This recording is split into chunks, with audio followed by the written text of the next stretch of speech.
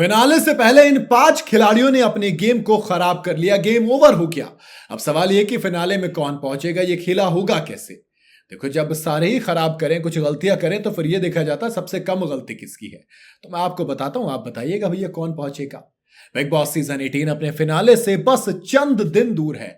हफ्ते 2 हफ्ते का खेल बचा है और उस खेल में अब मोड़ वो है जहां पर कोई भी अगर अपने गेम में गलती करेगा तो वो घर से बेघर हो जाएगा। आप कितना भी कहिए कि दोस्त ये वाला खिलाड़ी सही है, ये वहां पर कर रहा है, अरे दोस्त अब नॉमिनेशन में पता है क्या होगा। अब नॉमिनेशन में वो खिलाड़ी आएंगे जो जीतने के दावेदार हैं, जैसे रजत दलाल, चाहत पांडे। तो भैया 5 खिलाड़ियों की बात करूंगा। अभी जो फैमिली वीक आया था वहां से जिनका गेम बदलने वाला है, जहां से इनके गेम में बदलाव आएगा। सबसे पहला नाम विवियन डिसाइना का है, क्योंकि फैमिली वीक में इनकी वाइफ आई थी नूरन अली और सबसे ज्यादा डायनामिक रही थी। चाहत पांडे की मम्मी के बाद अगर किसी की बात हुई तो दोस्त वो विवियन की हुई, जिन्होंने क्लियर बता दिया कि वो बेइंतहा कंफ्यूज खिलाड़ी है। बेइंतहा कंफ्यूज इसलिए क्योंकि 2 बार समझाया कि ईशा अविनाश की दोस्ती सही नहीं है, लेकिन ऐसा लग रहा है कि विवियन उन दोनों से बात किए बिना रह ही नहीं पा रहे हैं। विवियन करणवीर और शिल्पा के पास भी जाकर नहीं बैठ पा रहे हैं। तो भैया सलमान ने भी कह दिया था कि एक काम करो, आपका गेम अब ओवर हो चुका है, आप कॉफी पीजिए, अविनाश ईशा के साथ बैठिए, आवाज पर काम कीजिए, निकल जाइए। मुझे लगता है विवियन इस तरीके से विनर बन पाएंगे, लेकिन बाकी भी तो गेम खराब कर रहे हैं। जी हाँ, अगला नाम करणवीर मेहरा का है। शुरुआत से अब तक बेइंतहा तगड़ा तरीके से खेल रहे थे, लेकिन ऐसा लग रहा है कि अब वो थोड़े से ओवर कॉन्फिडेंस हो गए हैं। होता है ना, गुरूर और घमंड में बहुत छोटा सा फर्क होता है। अब तक गुरूर था कि मैं तगड़ा हूं, लेकिन अब घमंड हो चुका है। ऐसी ऐसी चीजें कर रहे हैं जिसके बाद सोशल मीडिया पर लोग उनको फटकार लगा रहे हैं, चाहे चुमके काटना हो या फिर जबरदस्ती कशिश की मम्मी को लताड़ना हो। वो चीजें अब उल्टी पड़ रही हैं कहीं ना कहीं करणवीर के पास। तो जनता में उस चीज को लेकर थोड़ा सा आ रहा है कि भाई थोड़ा सा कंट्रोल करो, आप बहुत अच्छा खेलो लेकिन गेम को खराब ना करो। तीसरा नाम शिल्पा शिरोडकर का है दोस्त। ऐसा लग रहा है कि जैसे इनके पास कुछ अब बचा ही नहीं है।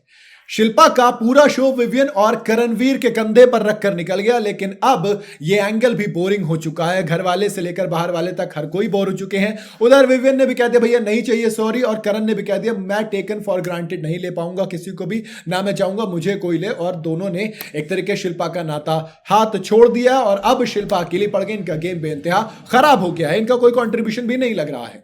चौथा नाम दोस्त ईशा सिंह का है। हमेशा से लेकर अविनाश और विवियन की परछाई की तरह ईशा सिंह खेलती नजर आई हैं।